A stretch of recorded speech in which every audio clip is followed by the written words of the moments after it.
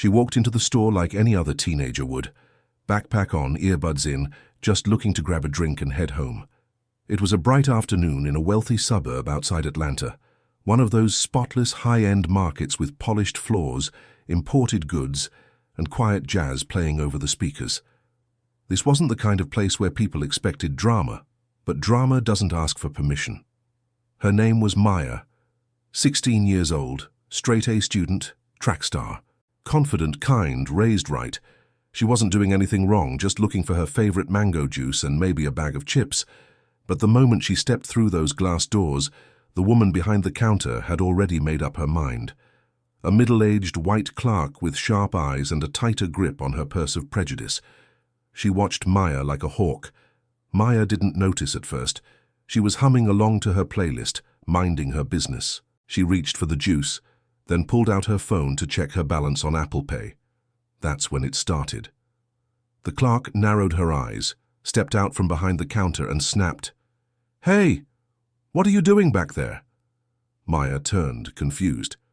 "Just getting a drink." "You planning to pay for that?" the woman asked, arms crossed. "Yes," Maya replied, trying to stay calm. "I'm just checking my card." The clerk didn't care. She had already pulled out her phone and was dialing 911. Right in front of her. "I have a suspicious individual here," she told the operator. "Looks like she's trying to steal something. Send someone right away." Maya froze. The words hit her like a slap in the face. Suspicious individual. She looked around. No one else in the store. Just her. She tried to explain, but the clerk waved her off. "We've had problems like this before," she said loudly. "You people always think you can just walk in and help yourselves." Maya's heart pounded. Her hands trembled, but she stood her ground. "I'm calling my dad," she said. "Oh, you go ahead and do that," the clerk scoffed. "I'm sure he'll be very proud." Maya stepped outside, tears threatening to fall, and dialed. Her voice cracked. "Dad, can you come here, please?" Inside, the clerk waited smugly, arms folded, watching from behind the counter as Maya stood out front. Within minutes, a police car pulled up. 2 officers stepped out. "Ma'am, we got a call about a theft in progress." The clerk pointed immediately. "That's her, tried to walk out with a drink. Probably more in that bag." Maya stood still. "I didn't steal anything." The officers approached. One asked for her name. The other moved to take her bag. Then a black SUV pulled up to the curb. The door opened slowly. Out stepped a tall man in a dark suit. Calm, serious. You could feel the shift in energy the moment he appeared. He walked up, looked directly at the officers, then at the clerk. "Is there a problem here?" he asked.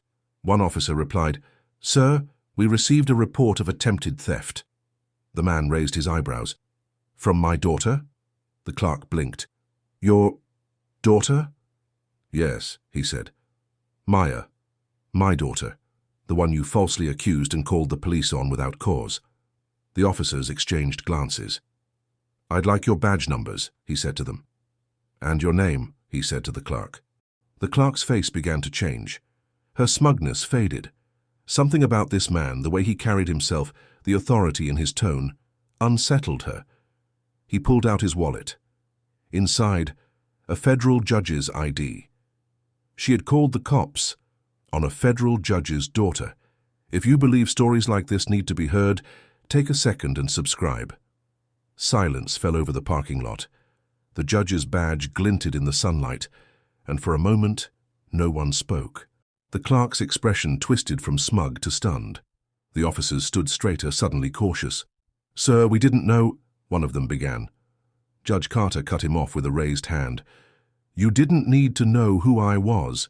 You only needed to know how to do your job. A child was standing here, calm, unarmed, not breaking any law, and you moved in like she was dangerous." The second officer opened his mouth, then thought better of it. The judge turned to the clerk. "And you. What exactly made her suspicious? Was it her phone, her hoodie, or just the color of her skin?" I thought she might be stealing," the woman stammered. "She was standing at the drink cooler. She didn't leave the store. You made assumptions, and you acted on them with zero evidence. You put her in danger." "I didn't mean to." "But you did it," he said. And now you're going to answer for it." Maya stood beside him, still quiet, still holding her juice and her backpack. The drink was unopened. The receipt still hadn't printed. She hadn't even reached the counter before the police were called. Her father looked down at her. "Are you okay?" She nodded, just once. But the look in her eyes said more than words could. She was holding it in, like she'd done before. This wasn't her first time being followed in a store, but it was the first time someone called the cops. "You don't have to be silent about this," he told her. She took a breath, then looked directly at the clerk. "I didn't do anything wrong," she said. "I walked in here to buy a drink. You looked at me like I was a threat." I didn't mean—" "You called the police on a kid," Maya said. "You didn't ask questions. You didn't treat me like a person. You treated me like a problem." The clerk's voice cracked. "I've just had incidents before." "That's not an excuse," Maya replied. "You can't keep doing this to people who look like me." One of the officers stepped forward. "Sir, again, we're sorry for the misunderstanding." "You didn't misunderstand," Judge Carter said, sharp now. "You responded exactly as you've been trained, and that's what terrifies me." He turned to Maya. "Come on, we're done here." They walked to the SUV. But before getting in, Judge Carter turned back one more time. "To be clear," he said to the clerk and officers, "I'm not just filing a complaint. I'm filing charges. False report, profiling, and endangerment of a minor. You're going to explain this in court." The clerk's eyes widened. Her hands shook now. For the first time, she looked genuinely afraid. They got in the SUV. As the engine started, Maya looked out the window one last time. "She tried to steal my joy," she said softly. "But I'm not giving it to her." The car pulled away. Inside the store, the clerk just stood there, still holding her phone. The receipt for Maya's drink finally printed, but Maya wasn't coming back for it. The officers lingered, talking quietly. One of them turned off his body cam, but it was too late. The judge had been recording the entire conversation. The damage was done. That night, the story hit social media. Maya didn't post it. She didn't have to. A bystander in the parking lot had filmed part of the incident. The video showed everything: the judge stepping out, the clerk's face, the moment of realization. It went viral in hours. Comments poured in. "This is what black kids go through just trying to live." "Props to that father for keeping his cool." "Racism is alive, just more polite now." She didn't raise her voice. She didn't need to. News outlets picked it up. The store released a statement saying the clerk had been suspended pending investigation, but the damage to their reputation was done. Maya's school showed support. Her coach, her friends, even strangers. But support wasn't the point. This wasn't about one girl in one store. It was about a system that had let this happen over and over again. And Maya? She wasn't staying silent anymore. Her father helped her write an open letter. She read it aloud at a community town hall days later.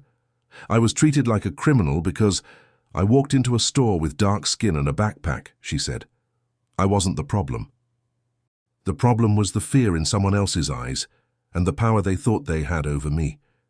She didn't cry when she read it. Her voice didn't shake. She stood tall, just like her father. They thought they could intimidate her, shame her, silence her. Instead, they gave her a microphone. Some stories don't end with handcuffs or apologies.